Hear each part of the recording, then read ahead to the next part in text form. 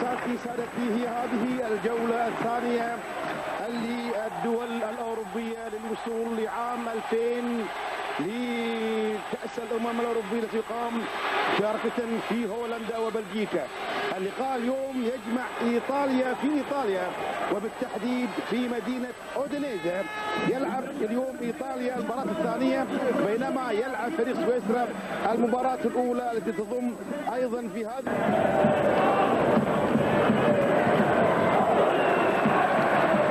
اللعب. كرة إلى ديل بييرو وداخل، هو بياخذها المدافع على طول، المدافع رقم 5 اللي هو فيجا انزاكي، والمحاولات انزاكي ملعوبة ديل بييرو. شوف الخطأ لما دخل، محاولات انزاكي ملعوبة ديل بييرو. شوف الخطأ لما دخل، ايضا اشترك مع اللاعب ديل بييرو وتوصل قريبة إلى ديل بييرو. كرة مع ديل بييرو واربع مدافعين، بينية ملعوبة حلوة ناحية فوزير. كرة مع فوزير المباراة الأولانية فوزير، وطبعا فوزير لاعب نادي بارما كان مع لاتسيو والآن في أقرب إلى سبورتزا. بالتهيئة إلى المنتخب الإيطالي، ملعوبة بينية إلى بحثة، الله جول ديل بييرو، هدف ديل بييرو. ملعوبة في مكان سليم الحقيقة في الدقيقة 18 ديل بييرو، باصة تمريرة بينية بتقتل دفاع فريق المنتخب السويسري. لعبت إلى ديل بييرو، يضعها ديل بييرو في الزاوية اليسرى في مرمى الجمهور الإيطالي، وهذا ديل بييرو صاحب الهدف. ديل بييرو شوف التمريرة، تمريرة قاتلة الحقيقة، تمريرة قاتلة وتسديدة أفضل من ديل بييرو ذكية. شوف لما لعبت ديل بييرو، يا سلام، بيحطها بالزاوية اليسار على حارس المرمى. شوف لما لعبها فرانسيسكو، لا الحقيقة دي فرانسيسكو اللاعب الجديد اللي ضم المدرب في 5 سبتمبر. انزاكي، كرة مع انزاكي الى ديل بييرو دخل مع هنشيز. ديل بييرو هنشيز،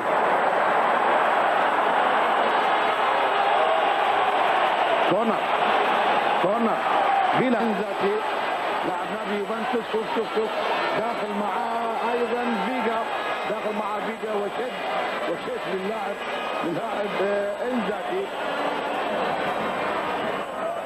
للاعب انزاكي، والتعاون عليه ما بين وولف وفيجا وانزاكي، وهذا انزاكي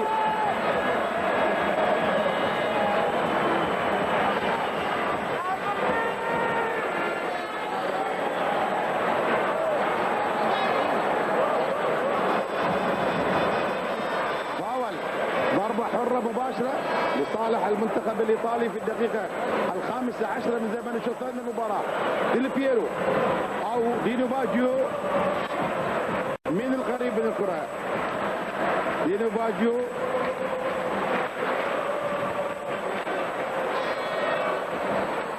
انزاكي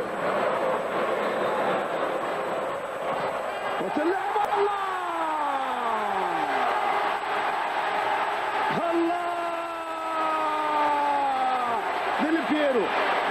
ديل بييرو في اللعبات الثابتة الصعبة، ديل بييرو بيضيف الهدف الثاني في الدقيقة 13 من زمن الشوط الثاني من المباراة. ديل بييرو خدع الحقيقة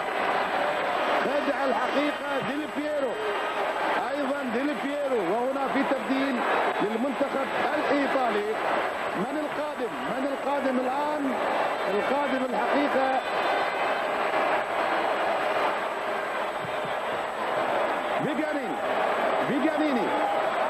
بيجانيني يلعب بيجانيني. شوف الهدف، الله، خدع الحقيقة، عملها مع على طول انزاكي. شوف لعبها في انزاكي. شوف انزاكي لما عمل مسافة، ترك الفراغ والمسافة، خلى الحيطة مثل ما يقولون تبقى حيطة مايلة. لعبها على طول ديل بييرو لعبه الى سلستيني في النص، اتوخوذ ملعوبه، لكن ايضا دفاع المنتخب الايطالي المحكم من المدافعين مالديني كانافارو توريتشيلي بانوتشي يطلق حق المباراه زفارتر، معلن نهايه المباراه. ايطاليا 2 سويسرا لا شيء. اعزائي المشاهدين العوده بكم الان الى الاستوديو مع الزميل هشام الخلصي والكابتن التالي محدثكم خالد الحربان. القاكم الى اللقاء.